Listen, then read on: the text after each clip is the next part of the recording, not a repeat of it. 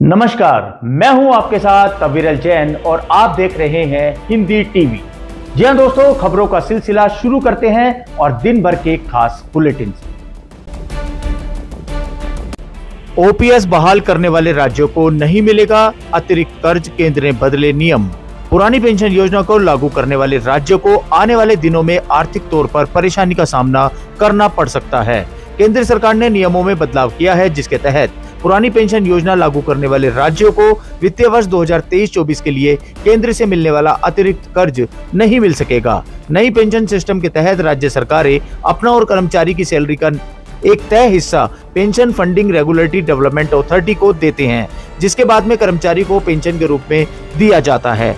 इसके तहत pension funding adjustment के तहत राज्य सरकारें केंद्र से अतिरिक्त कर्ज ले सकती हैं। हिमाचल में आईएएस और एचएएस अधिकारियों के तबादले, कदम संदीप वसंत मंडलीय आयुक्त शिमला। हिमाचल प्रदेश सरकार ने 5 आईएएस व 9 एचएएस अधिकारियों के तबादला व तैनाती आदेश जारी किए हैं। सिविल सर्विस बोर्ड के सिफारिशों पर मुख्य सचिव प्रबोध सक्सेना की ओर से जारी इन आदेशों के तहत तैनाती का इंतजार कर रहे आईपीएस अधिकारी कदम संदीप वसंत को मंडलीय आयुक्त शिमला लगाया गया है। साथ ही इन्हें निदेशक बागवानी का अतिरिक्त प्रभार भी दिया गया है। वहीं डॉक्टर राजकृष्ण पूर्थी को सीईओ व सचिव हिमुडा लगाया गया है। निदेशक ऊर्जा हरिकेश मीणा को प्रदेश निदेशक ऊर्जा निगम का अतिरिक्त कार्यभार दिया गया है। निदेशक विजिलेंस व विशेष सचिव गृह व सतर्कता राजेश्वर गोयल प्रबंध निदेशक औद्योगिक विकास निगम का अतिरिक्त कार्यभार भी दिया गया है। वहीं नारी सम्मान योजना के लिए 10 लाख महिलाओं को मिलेंगे 1500 रुपए। जून के पहले सप्ताह में मिलेगी राशि। हिमाचल प्रदेश सचिवालय में शनिवार को नारी सम्मान योजना को लेकर कैबिनेट उप समिति की बैठक हुई। बैठक के बाद सामाजिक न्याय एवं अधिकारिता मंत्री धनीराम शांडिल ने प्रेस वार्ता की। उन्होंने बताया कि प्रदेश के सभी विकास खंड कार्यालयों से डाटा एकत्रित किया गया और पात्र महिलाओं की पहचान की गई। नारी सम्मान योजना के तहत प्रदेश की 10,53,021 महिलाओं को प्रति माह 1500 रुपए दिए जाएंगे। प्रदेश के करीब 1.5 लाख कर्मियों को झटका, एनपीएस से नहीं निकाल पाएंगे राशि, कंपनी ने विकल्प हटाया। मुख्यमंत्री सुखविंदर सिंह सुक्खू के नेतृत्व में की कैबिनेट ने लोहड़ी के दिन हिमाचल प्रदेश के कर्मचारियों को ओपीएस का तोहफा देने का ऐलान किया था। इसे उसी दिन लागू करने की बात कर तुरंत अधिसूचना जारी करने की भी बात की, लेकिन इसके बाद महज एक संक्षिप्त ऑफिस मेमोरेंडम निकालकर ही इसे लागू करने की बात की गई। मुख्यमंत्री ने कहा कि छत्तीसगढ़ के फार्मूले को आधार बनाकर हिमाचल ने अपना फार्मूला बनाया है। यह फार्मूला भी कैबिनेट बैठक के 23 दिन बाद भी सार्वजनिक नहीं हो पाया। छत्तीसगढ़ में ओपीएस लागू करने के लिए जिस तरह विस्तृत अधिसूचना जारी हुई है, वैसी अधिसूचना हिमाचल प्रदेश सरकार की वित्त विभाग के अधिकारी अभी तक नहीं निकाल पाए हैं। सीमेंट प्लांट विवाद सुलझाने के लिए सीएम सुक्खू का बड़ा कदम, अदानी ग्रुप से बात करेंगे उद्योग मंत्री। हिमाचल प्रदेश में ट्रक ऑपरेटर और अदानी ग्रुप के बीच जारी विवाद को खत्म करने के लिए सरकार खुद सामने आ गई है।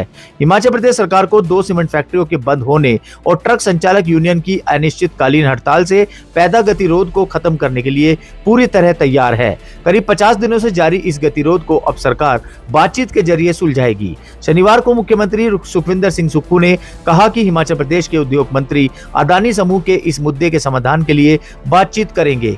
दरअसल मुख्यमंत्री सुखविंदर सिंह सुक्खू ने अपने गृह जिले हमीरपुर के 3 दिवसीय दौरे पर हैं। इस दौरान यहां एक एनआईटी हेलीपैड पर पत्रकारों से बात करते हुए सुक्खू ने कहा कि बिलासपुर में 16 जिलों में अदानी समूह के स्वामित्व वाले 2 सीमेंट संयंत्रों से जुड़े ट्रक ड्राइवरों की कई समस्याएं हैं। ग्लोबल वार्मिंग का असर, 1 माह पहले पिघल गई रिंग से बर्फ। ग्लोबल वार्मिंग का असर अब शिमला शहर में भी नजर आने लगा है। आइस स्केटिंग रिंग शिमला में इस बार स्केटिंग करीब 30 दिन पहले ही बंद हो गई।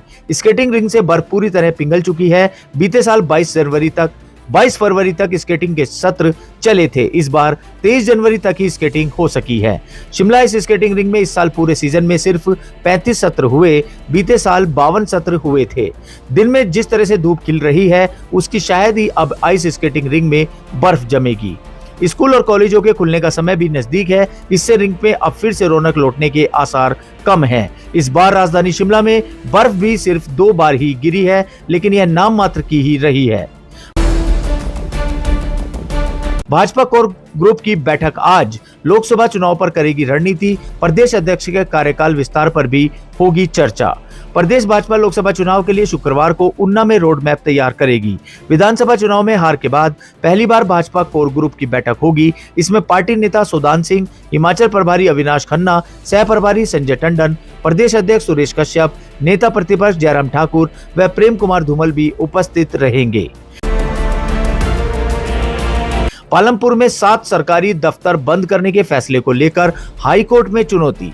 हिमाचल प्रदेश की सुखविंदर सिंह सुक्खू सरकार के दफ्तर बंद करने के एक और फैसले को लेकर हाईकोर्ट में चुनौती दे दी गई है। भाजपा नेता त्रिलोक कपूर ने सरकार पर द्वेष भावना से पालमपुर में 7 सरकारी दफ्तर बंद करने का आरोप लगाते हुए कोर्ट में याचिका दायर की है। न्यायाधीश सुशील कुकरेजा ने मामले की सुनवाई शीतकालीन छुट्टियों के बाद निर्धारित की है। शुक्रवार को मामले पर सुनवाई के दौरान महाधिवक्ता आपत्ति दर्ज करते हुए कहा कि याचिकाकर्ता इस तरह की याचिका दायर नहीं कर सकता। हमीरपुर मेडिकल कॉलेज के रेडियोलॉजी विभाग में स्टाफ की कमी से परेशान मरीज सीटी स्कैन कराने के लिए कर रहे हैं घंटों का इंतजार। डॉक्टर राधाकृष्ण मेडिकल कॉलेज एवं अस्पताल हमीरपुर के रेडियोलॉजी विभाग में स्टाफ की कमी से मरीजों को परेशानी झेलनी पड़ रही है।